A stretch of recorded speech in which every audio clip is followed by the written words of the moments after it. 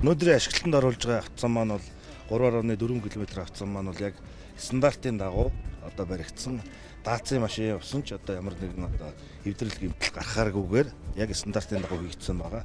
3-5 жилийн баталгаатай хугацаатай. Богдуулын арын зам болон Баян цэцгийн төвчний уулзуур хэсэг нь бол 4 ивний олгож өргөсөн байж байгаа. За энэ уулзуураас Улаастан гүр хүртэх хэсгийг нь бол шинжилсэн байгаа. Тэ.